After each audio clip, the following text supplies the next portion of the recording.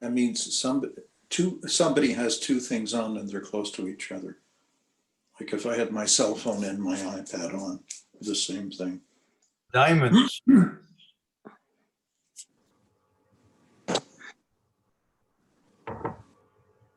Rabbi, your microphone is off. Can't hear. Rabbi, unmute yourself.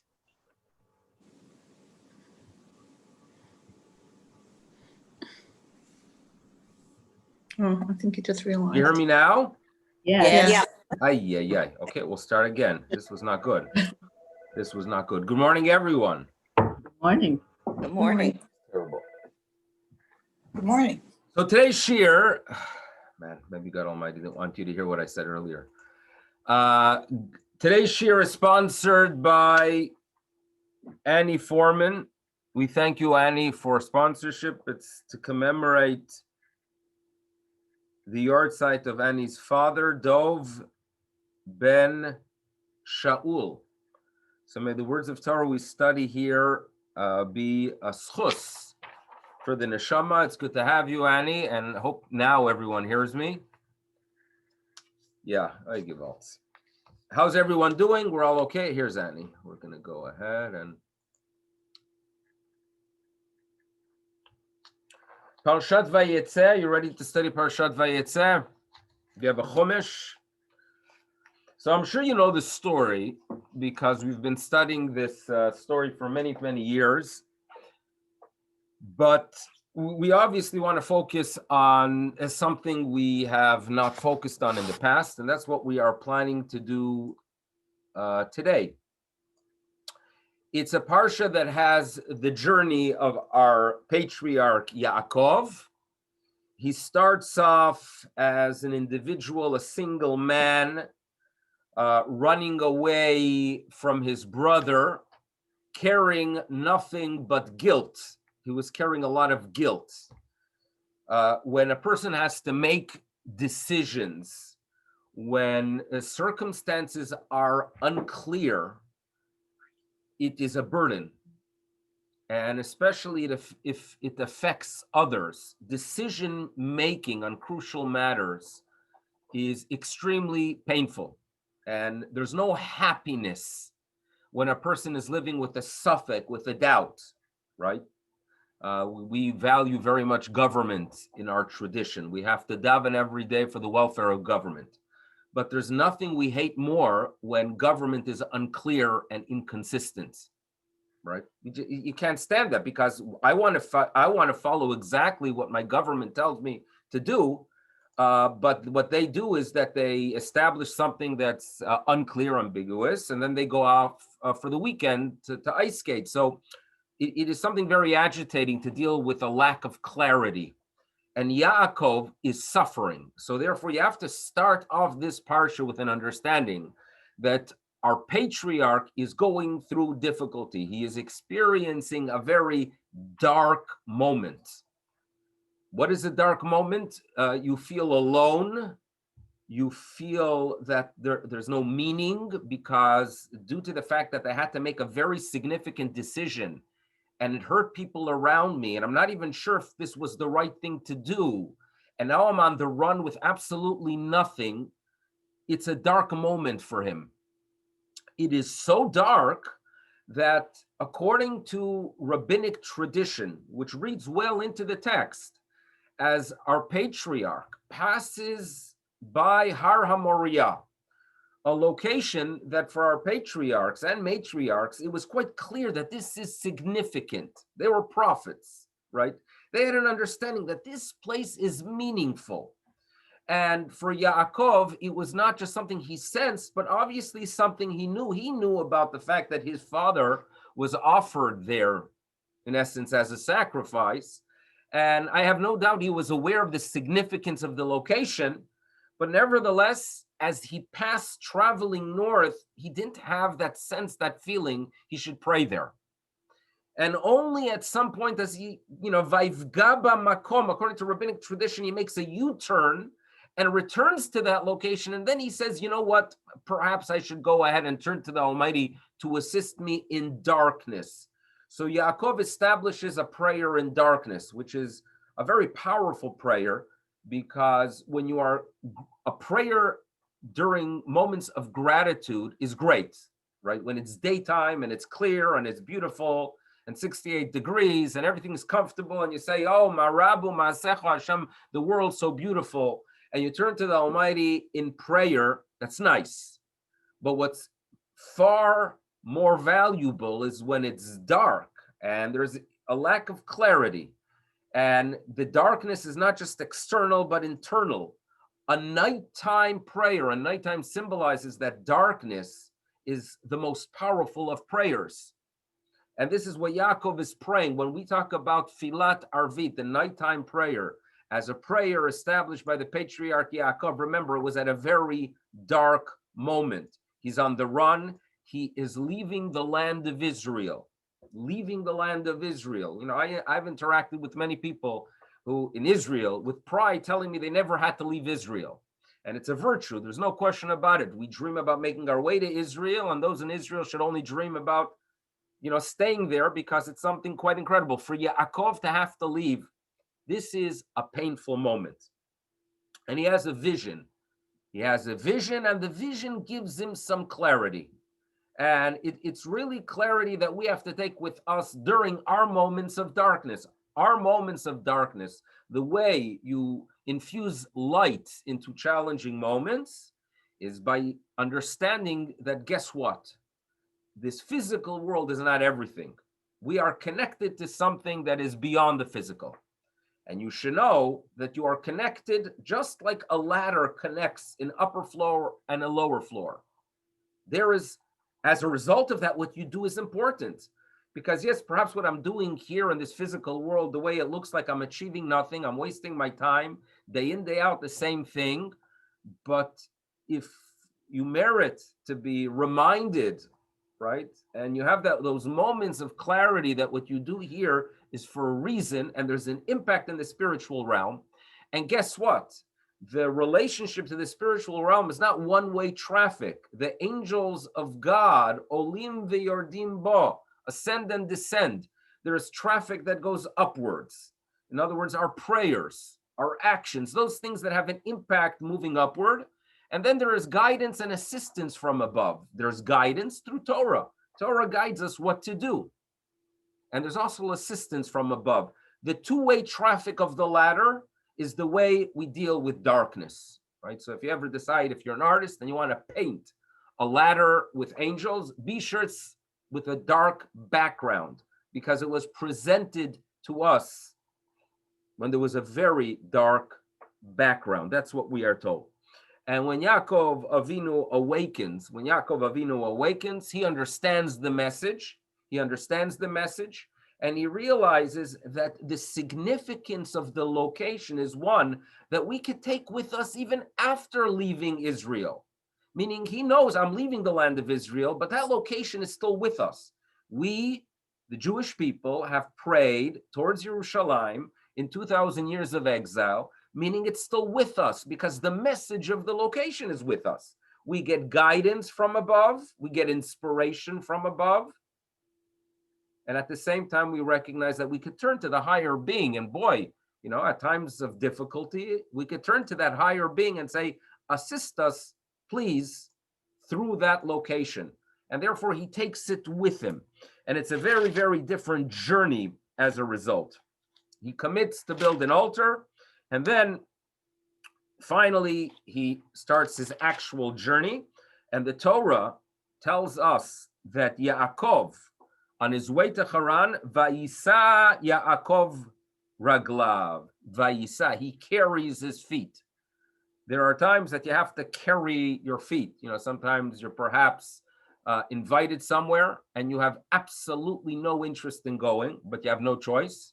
You have to carry your body. You mamish have to carry your feet. But Yaakov here is doing it on the positive side. Vayisa Yaakov, his spirit carried him, right? His spirit carried him. The idea and the recognition that, you know what, now that those things that I am doing in the physical world have meaning. God is with me. There is no such thing as darkness because I'm always connected to the light. Vayisa Yaakov Raglav, here his spirit, the spirit carried him. Now, he arrives and the Torah describes what he sees, and that's what we're going to be focusing on today, on what he sees. But before we do it, we have a little bit of a challenge when we study Chumash. There are things we study in Chumash that gives us understanding into people and into life because we are reading about humans, and we are humans, right? And we come from the school that it is okay to talk about the emotions of the patriarchs and learn from them because we treat them as humans. That's the school that we work with, all right? Now, at the same time, we recognize that these are not average humans. And to prove it to you, I assume that no one here will admit that God spoke to them. Now, people do believe that God communicated with them, and that's fine. But we, in our tradition, we know very well that there are people that merit communication from the higher being, Nevi'im. And it's a little bit hard to learn and focus on the system of prophecy when we are not in that parasha, when we don't relate to such things at all, right? At least I cannot relate to the experience of prophecy because I've never experienced it. So what we have to do is we have to turn to our sources and to our traditions to explain levels of prophecy. And once they provide for us that information, we can relate to the text. Now, why am I giving you this introduction? It appears that people who merit prophecy sometimes hear a voice, but at times experience a vision that is actually a physical vision, meaning they see something just as we would see something. But due to the fact that they are in tune to the supernatural realm, when they see it, they see the same things that we see, they see a message there. And for them, it is very clear that this is a message that relates to what they are going through, or perhaps they understand very well what God Almighty is trying to communicate to them. And this information is necessary because otherwise, when we read about Yaakov's arrival, this is a significant arrival. He's meeting his wife, one of them, right? He is arriving in a location where he's going to be spending the next 20 years. He's arriving in a location where he's going to build a family, Klal Yisrael. This is a very significant arrival. And if the Torah describes a few details, they are important, and especially for Yaakov, because something is communicated to him. And the rabbis in the Midrash present to us insight into what he sees and what it meant to him. So when Yaakov arrives at the well, okay, so this is in verse 2 in chapter 29. Vayar, what does he see? Veine be'er basadeh. The first thing he sees is a well. He sees a well.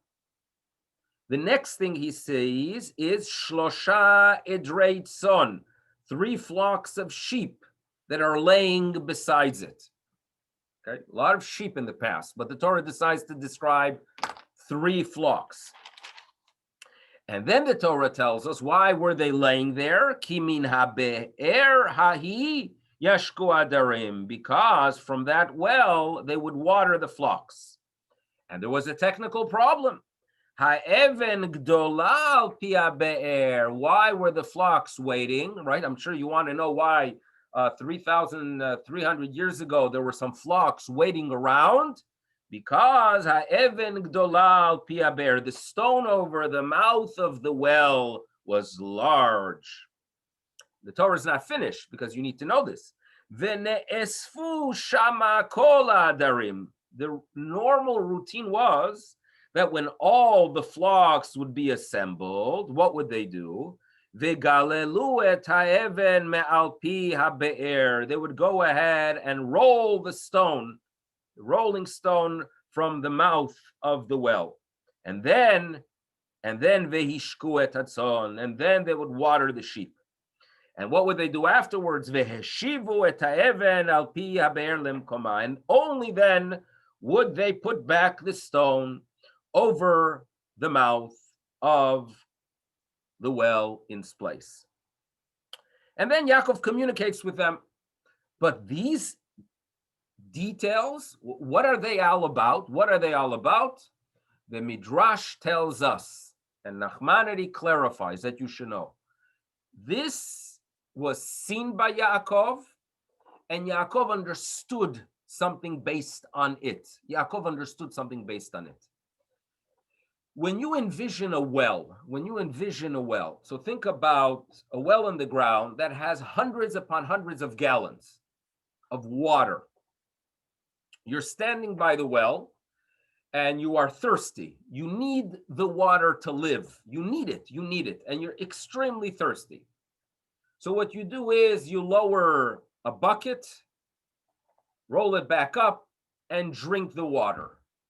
The water in the well gave you life. For the spiritual individual who understands that there's more to life than just the physical, it symbolizes something spiritual. What is our spiritual well? You know what our spiritual well is? The Bet HaMikdash, the temple. Now, when the Midrash tells us that the vision or that which he sees spoke to him, the Midrash tells us that, do you want to know what you draw out of the Bet HaMikdash? Think about it. Let's go back 2,000 years ago, when our ancestors had the privilege of 3 times a year, the flock of Israel would come to the Bet HaMikdash. What would they walk away with? Like, what were you drawing from that well? What were you walking away with? A very important question. In other words, sometimes you come back from a vacation and they ask you, how was it? Is it magnificent? And now you're back to life. And 2 days later, you say, I need another vacation. Meaning the vacation was good while I was there, but afterwards, what does it help? Okay, so if you took some pictures, you could show or you could post that you were there, and people comment. But after they comment, what do you have from the vacation? A t-shirt. I traveled to Aruba and all I got was this t-shirt. But a t-shirt, there must be more to it.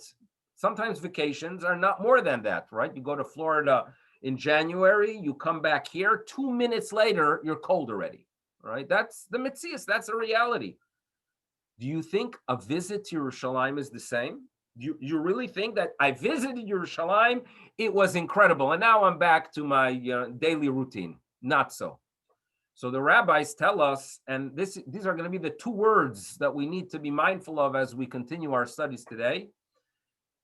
You know what they would draw from the well of the Mikdash? You know what they would draw? You know what they would take with them? Ruach HaKodesh. Ruach HaKodesh, a divine spirit. What is a divine spirit? Ruach HaKodesh is a term that we've heard of often, and it's sometimes viewed as something that is supernatural, that there are people out there that you could ask them questions, right?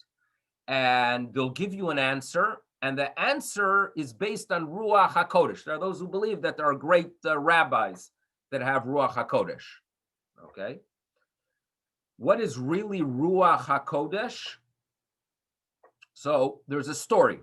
There was a debate in the Talmud about the status of a hadas, one of the myrtles in our lulavim, that the top part was broken off.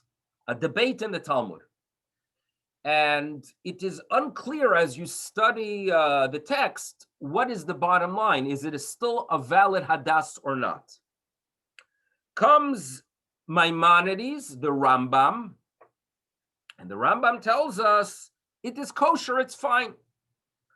Now, as the Rambam publishes his work, it reaches the hands of Rabbi Avraham from Procures the Raived, and he disagrees with him. And he writes the following on his commentary on Maimonides that you should know. I'm going to quote in Hebrew what Ravad writes regarding this statement of the Rambam. And he says, I disagree with the Rambam. It's not kosher. And he says, Kvar hofia ruach hakodesh bebet midrashenu vehe'elinu shu pasul. In other words, the divine spirit, he uses those words, the divine spirit made its appearance in the study hall, and it became clear to us that it is not valid, that your hadas, the top is broken off, it's not valid. Now, we're not focusing on the laws of Sukkot and on the lulav of the hadas, but on the surface, and there are many, for many, many centuries that thought that the great rabbis were sitting there in the study hall somewhere in southern France, and they heard a voice, a divine spirit that told them, Pasul, and they made a decision based on that. Ruach HaKodesh. That was, I'm not going to say the conventional way of understanding it, but it was a common way. Comes the Khatam Sofer, and Khatam Sofer says, you got it wrong. And it works as follows. When a person does something that is valuable, and he does it with enthusiasm and excitement and happiness, and tries to the best of his ability to do it to the fullest, and how much more so with the study of Torah, when people sit and study Torah with an appreciation of how valuable it is, what a gift it is, how much meaning it is, how much meaning it gives to life, and they do it for the sake of heaven. If they have a Ruach Hashem al Oskei Torah Lishma, the divine spirit, that is what the Ravad refers to as Ruach HaKodesh. A divine spirit is not something that they hear, but it's something that you find from within. When you do the right things with happiness, with excitement, with meaning, with enthusiasm, that's a divine spirit. That's what Khatam Sofer uses to explain the word of the Ravad. Don't think that there was a voice they heard. That doesn't work like that. The halachic system does not work by hearing voices. If you hear voices, you need some treatment, you need help. The way the halachic system works is to feel enthusiasm, excitement, and a determination to find out the truth. That is the Ruach HaKodesh. That's how he explains it. And when it comes to the temple, a visit in the temple, you know what you walked away with? If a person experienced the simcha, the happiness of having that privilege, the privilege of walking into a temple together with my nation and seeing people that are devoted to God Almighty. And I feel that excitement and privilege for who I am and what I'm able to achieve in life. I walk away from Yerushalayim with Ruach HaKodesh. Now, the peak, the pinnacle of happiness in the temple was on Chol HaMoed Sukkot. And there was a celebration that was known as the Simchat Bet HaShoeva. They have it now today too. But if you analyze those words, what does it mean, Simchat Bet HaShoeva? So you would respond the following, that during Sukkot, they had a tradition that besides the libation of wine that was done on the altar, there is an additional libation done with water. When it was done with happiness and excitement, because it indicated that the oral tradition links us to Sinai. So they drew the water with happiness. Okay, that's the conventional way of explaining those words. Simchat, the happiness, of Bet HaShoeva, the drawing of the water. But there's a problem. If that is what the meaning of those words are, Simchat Bet HaShoeva, the happiness of drawing of the water from the Gihon Valley south of Jerusalem. If that's what it is referring to, it shouldn't be Simchat Bet HaShoeva. It should be Simchat HaShoeva. What does the Bait have to do with it? What does the house have to do with it? the drawing of the water was not done in a house. It was done down by the Gihon Valley in a river, in a spring. So explains the great Rabbi Yaakov Ettlinger, the Aruch Laner, that you should know.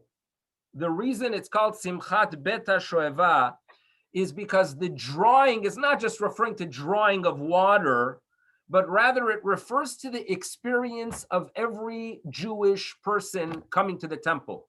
Because you would draw from the well of the temple. The well of the temple, there was a lot of water there, was the divine spirit, the happiness, seeing meaning in life, feeling excited about what you are doing. When people were drawing, and what we celebrate is not just the drawing of water, but what you personally draw from the experience in the Bet HaMikdash. There is simcha, there is happiness when you walk into the bayit, to the house, and that's where you draw things. You draw something, you take away meaning in life. So therefore, a successful visit to Jerusalem during the Moadim was one that 2, 3, 4 months later, you still feel meaning and excitement and enthusiasm and happiness for what you are doing day in, day out, because you drew from the well, from that well. And that is the image that Yaakov has. Yaakov is being taught, listen here, you left the temple, you feel enthusiasm. I'm going to indicate to you that in the future, your children and your descendants are going to have that experience that you have at this moment. They too, in other words, when he sees that well and he sees the water, he sees more than water. He sees Ruach HaKodesh. How do you achieve that Ruach HaKodesh, a divine spirit, when there's enthusiasm? I think we all know that when you have a project and you're excited about the project, right? It could be a child, and you ask the child to go ahead and clean their room. No interest. No interest. I'm too tired. I had a whole day in school. Forget it. Not cleaning my room. Would you want to bake cupcakes? Yes. And they're going to bake cupcakes and decorate it and use sprinkles. It takes a lot more energy to bake those cupcakes than to clean the 4 things on the floor in the room. I'll have 4, maybe 40. But there's enthusiasm. You do it differently, right? So for some people, when you research a topic, right? If you ask me to research something I don't enjoy, it's a major pain, right? If I have to research a government policy or some kind of bureaucracy or a tax issue, I hate the research. It's a burden. But to research something that relates to the history of beet sugar, that relates to halacha, to understand the Rambam in the laws of brachot, that, oh, am I excited? I could spend hours researching something halachic if it interests me. Why? There's something that lifts me. I'm carried. And when a person has Ruach HaKodesh, a divine spirit, you go to Jerusalem and you see that there's meaning, suddenly you merit that the routine, the day in, day out, the getting up in the morning, getting the snow off the car, suddenly you have the tools to deal with it. You have a Ruach HaKodesh. That's what we're being informed here. The vision of Yaakov, and this is a vision that we have to remember, this is the beginning of the building of the Jewish people, is look at that well of water and understand that that well of water is water for the thirsty, the spiritual thirsty individual. You have Ruach HaKodesh. We all could get really Ruach HaKodesh if we go ahead and find that enthusiasm and excitement. There's a lot within our Orthodox world. There's a lot of discussion about feminism, right? And it's a hot button issue and everyone's afraid to talk about it, but I'm here alone in a room. I could say whatever I want. Yeah, feminism, right? Big hot topic. Everyone goes meshuggah and top and this. The rabbis get upset and everyone. In the Talmud, it talks about women who understood that they want to do things a little bit differently. And our tradition is not afraid of sharing facts. You know that. We don't cover up. We're not a cover-up faith. Maybe recently we are more, but historically we don't cover up. And the Talmud tells us, for example, that Michal, the daughter of Shaul, wife of David, she had some yichus, she wore tefillin. We are told, piece of information. And then the Talmud adds another woman who did the following. And this is what we're going to be talking about very soon. This is going to fit into our discussion. Remember Yonah? Remember Yonah? Every Yom Kippur, right? Whenever I hear Yonah and the story of Yonah, for some reason I get hungry. I don't know why. Maybe it is due to the fact that we read the book of Yonah mincha time on Yom Kippur, which is always that low. Because Ne'ilah, you have Ruach HaKodesh, you have that elevated spirit. You're not hungry Ne'ilah, at least I'm not. But mincha, usually I'm hungry. So Yonah. So we know about Yonah. He is mentioned in the book of Kings, and then he has his own book, and he's sent to Nineveh, and he doesn't want to go. And his journey is a well-known journey. He tries to escape because he doesn't want to take it upon himself to be the one to cause another nation to do tshuva when the people of Israel are not. So he escapes on a boat, but you can't escape God Almighty. And there's a terrible storm, and he turns to the other sailors and he says to them, guys, I am your problem. Se'uni vatiluni alayam. Get rid of me. But you know the story of Yonah. Now, Yonah is well known, but guess what? He had a wife, and the Talmud shares with us a tradition. Now, the Talmud doesn't make up these things. The Talmud had a tradition that Ishto shel Yonah Haita ola laregel. In other words, it appears that women in general did not see it as a must to go to the Chag, to Yerushalayim Aliyah laregel for the pilgrimage during the holidays.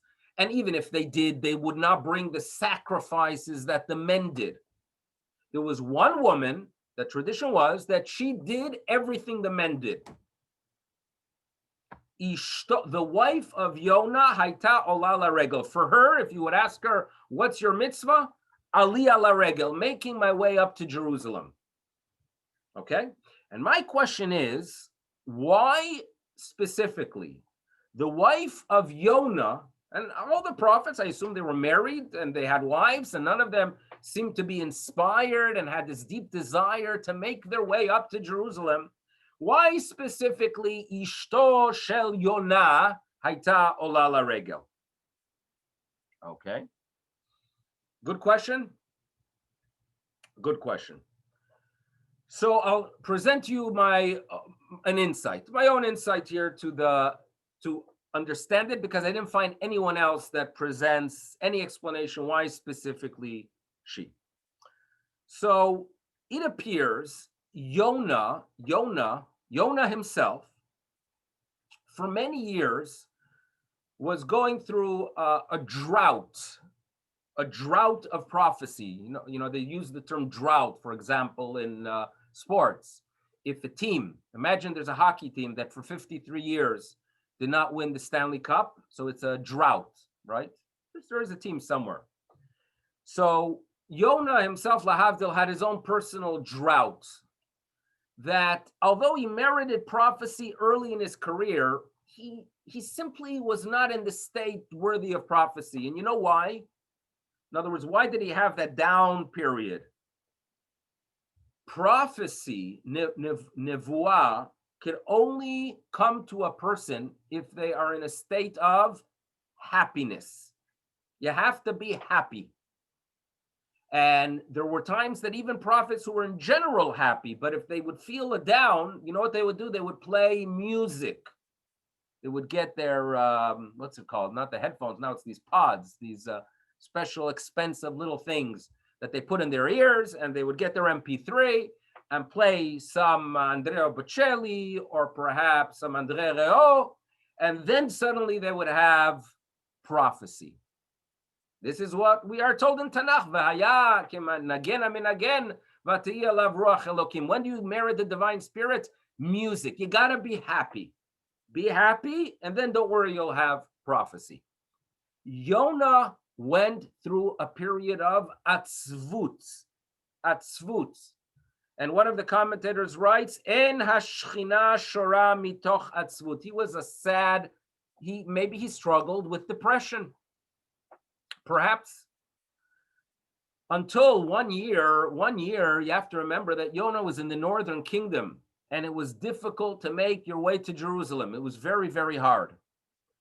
And one year, according to the Jerusalem Talmud, 1 year, Yonah ben Amittai decides to make his way to Yerushalayim. So it's during his difficult period, a dark run. He comes to Yerushalayim for Sukkot, and I'm going to quote the Jerusalem Talmud, a tradition. Ubesimchat bet hashoeva sharta alav shchina. Suddenly, it was during the happiness of Simchat bet hashoeva, something happened to him, and he suddenly became happy. He found meaning in life. He was elevated. He was inspired. And prophecy returned to him. And the Yerushalmi continues, and it says, Lelam decha. And now this is to teach everyone, to teach me, the reader, 2,000 years later, She'en ruach hakodesh shora. You're not going to merit the divine spirit. Ela alev sameach. Only if there is happiness.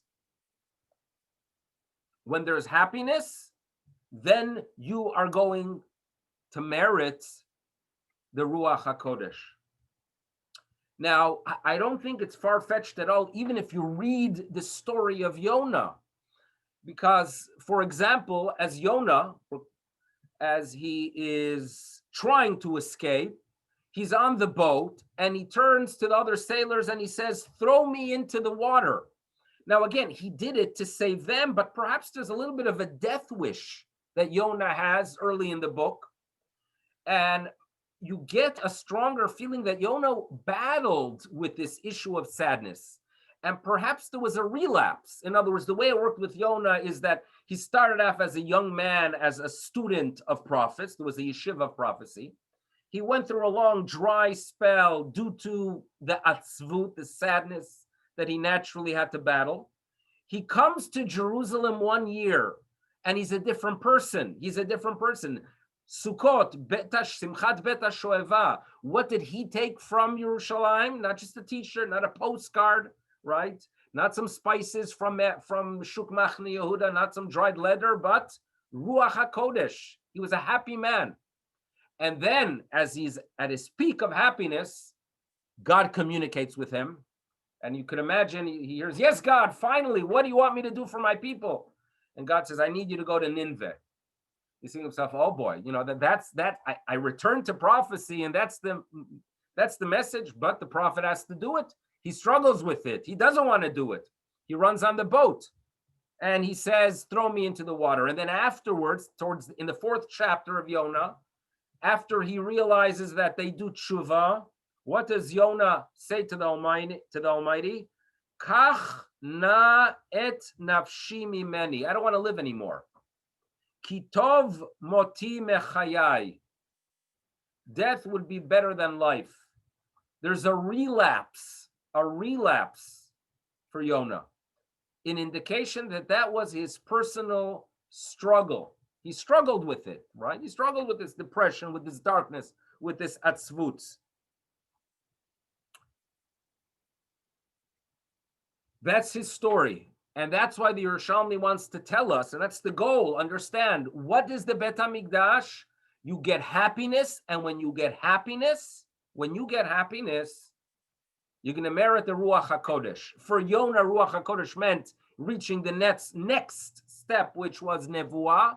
For us, the Ruach HaKodesh is that we could achieve things in life, right? We could deal with the struggles, and boy, are there struggles, but we could deal with them because we understand that I'm doing something that is meaningful.